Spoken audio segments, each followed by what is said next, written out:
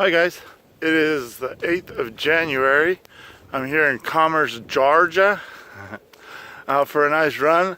I'm pushing myself today. I'm doing a 8-mile run just to see where I can go. I'm taking a rest right now because I just beat myself up.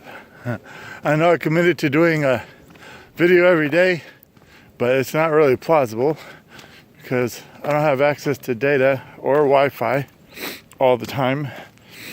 So to be able to upload a video every day just won't work. I mean, I have to be realistic. So once a week maybe sounds a little more plausible. We'll see how that goes. But while I'm out here,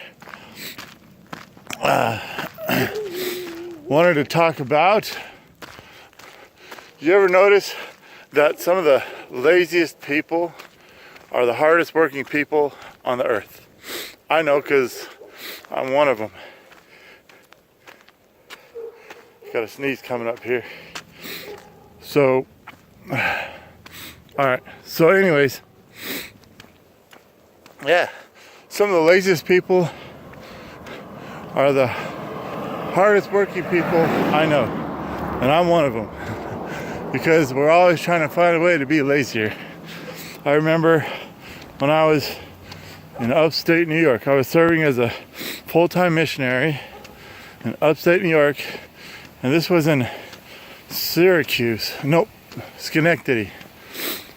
And around Thanksgiving time, I remember my companion and I were out doing the Lord's work, and got really exhausted. We walked back to our apartment, sat down at the kitchen table, and we just sat there. We were exhausted. We didn't want to do anything.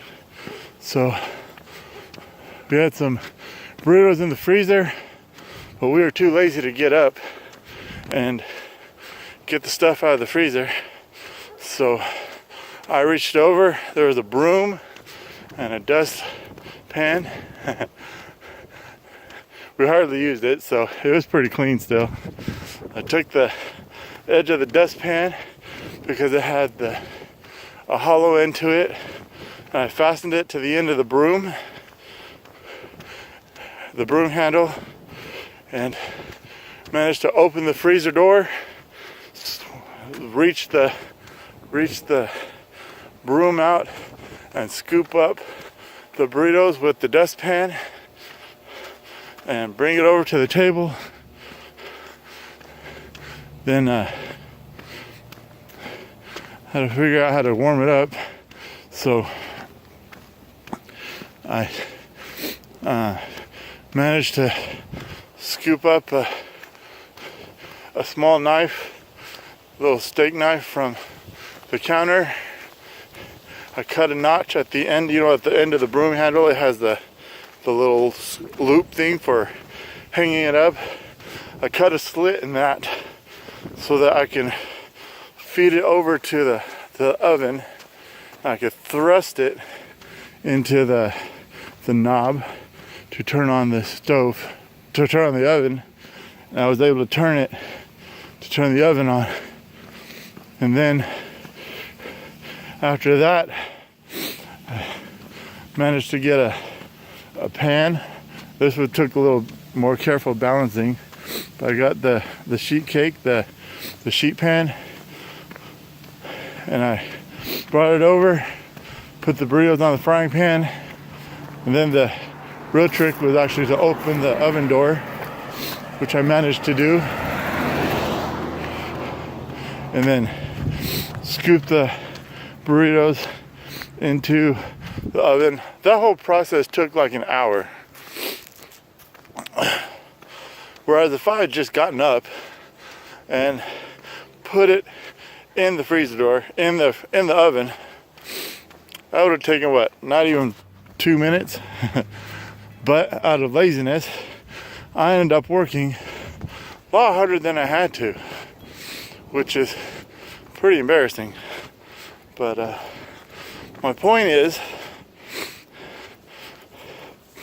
okay, if you have a map And it shows you, right? North, east, south, west. All right, if I'm in Colorado, for example, which is my home, so I can know it better, right? We know the mountains are always in the west. Denver is north, Pueblo is south. So pretty easy to find your way around on the map. Now, if I take that map and face it, the direction it needs to go, right? And say, okay, that's north. The map is facing north, so it's in the correct direction. That process is called truing a map. You ever wondered that? Boy Scouts should be familiar with that. It's called truing a map. So when you look at being true to your goals, you know, we think about being honest, and then we look at being true, and we realize they're two different things.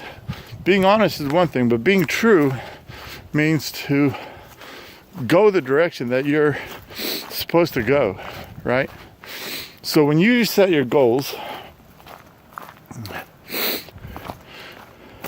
are you being true to your goals? Time 1 hour 40 minutes. Distance 5.78 miles. All right. So are you being true to your goals? This year we all want to be healthier, or at least we do for the next week, right? Next week is National Cutoff Day. It's the 15th, National Quitters Day. That's when everyone quits their resolutions. Can you last longer than that? How are you going to last longer than that? What is your goal? What really is your goal? What is your motivation to get healthier? Healthier doesn't necessarily have to be, I want to get skinnier, I want to lose weight, some people are already too skinny and they want to get healthier, fitter. Some people are, you know, that's where anorexia comes in. They may be skinnier, but they're not healthier. So what is it that you want? What do you want? Is healthier defined to you? I know most of us fall into the trap of, oh yeah, well, I just want to lose weight. I want to be 200 pounds. I want to be 150 pounds. I want to be 100 pounds, whatever it is. You know, I want to lose weight. Well, no offense, but losing weight is not sustainable. I mean, what are you going to accomplish when you lose weight? I'm trying to find an angle where I'm not completely whitewashed. What do you want to accomplish when you lose weight? When you think of your goals, you need to think a lot deeper. You can't picture 200 pounds. You can't, because it's not an object. It's not a tangible object. You can't hold 250 pounds. You can hold a brick that weighs 250 pounds. Okay, I can't hold it. Maybe you can. But you can't hold 250 pounds. It's not a solid object. It's not. It's an adjective. Adjective is something that describes. It's not something that is. So, and 250 pounds on Mount Everest, physics says it's not the same as 250 pounds in Galveston, Texas. It just isn't the same. So, what is your goal? I've learned that one very good way to find your goal is to do a little research and to ask 5 whys. 5 whys. Why? I know a lot of major corporations use this in their troubleshooting how to improve their products. Why do you want to be 200 pounds? You know, what is your goal? Well, my goal is to be 200 pounds. Why do you want to be 200 pounds? Because then I'll be healthier. Okay, why will 200 pounds be healthier? Because I'll be able to fit into those jeans that I want. I'll be able to fit into nicer clothes. Okay, what else? When I fit into nicer clothes, I'll have a better social life. Okay, why will it give you a better social life? Because then I'll be more confident and less ashamed of myself, and I'll be happier. Oh, so you'll be happier. And by being happier, you define being happier through being more confident in your clothes, being more confident in your social appearance, being able to fit into better clothes. Those are all the things, and by reaching all those steps, that's what you will see when you are 200 pounds. That's what I picture in my mind. There is something sustainable. There you can picture it. There is something you can achieve. That's something you can grasp. And so when you find your program or find your whatever niche that you're going to attain your goal, you have a goal to obtain. Now it's a matter of reaching that goal. Now it's something workable, because now you can say, well, this is important to me.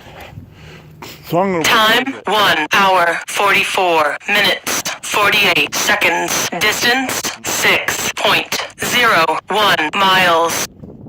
So when I say that I want to reach a certain goal, and I find a program, sometimes I might get off. I might accidentally lose my step, and then I'm going to crumble, and I'm going to say, no, I failed, I'm a failure, it's not going to happen. No, because you're not attached to those individual mistakes. You're attached to your goal, which is, I want to look better in jeans. I want to have a better social appearance.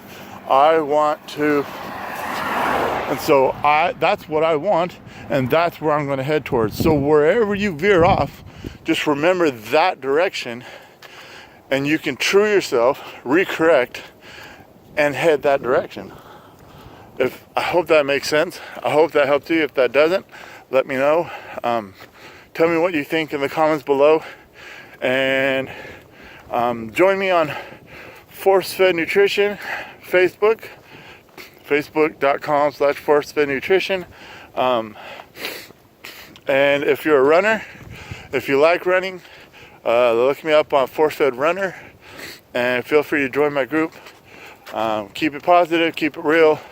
We're family friendly, so let's keep it that way and have fun. Just remember that if you keep moving forward with the happy spirit, things will always work out.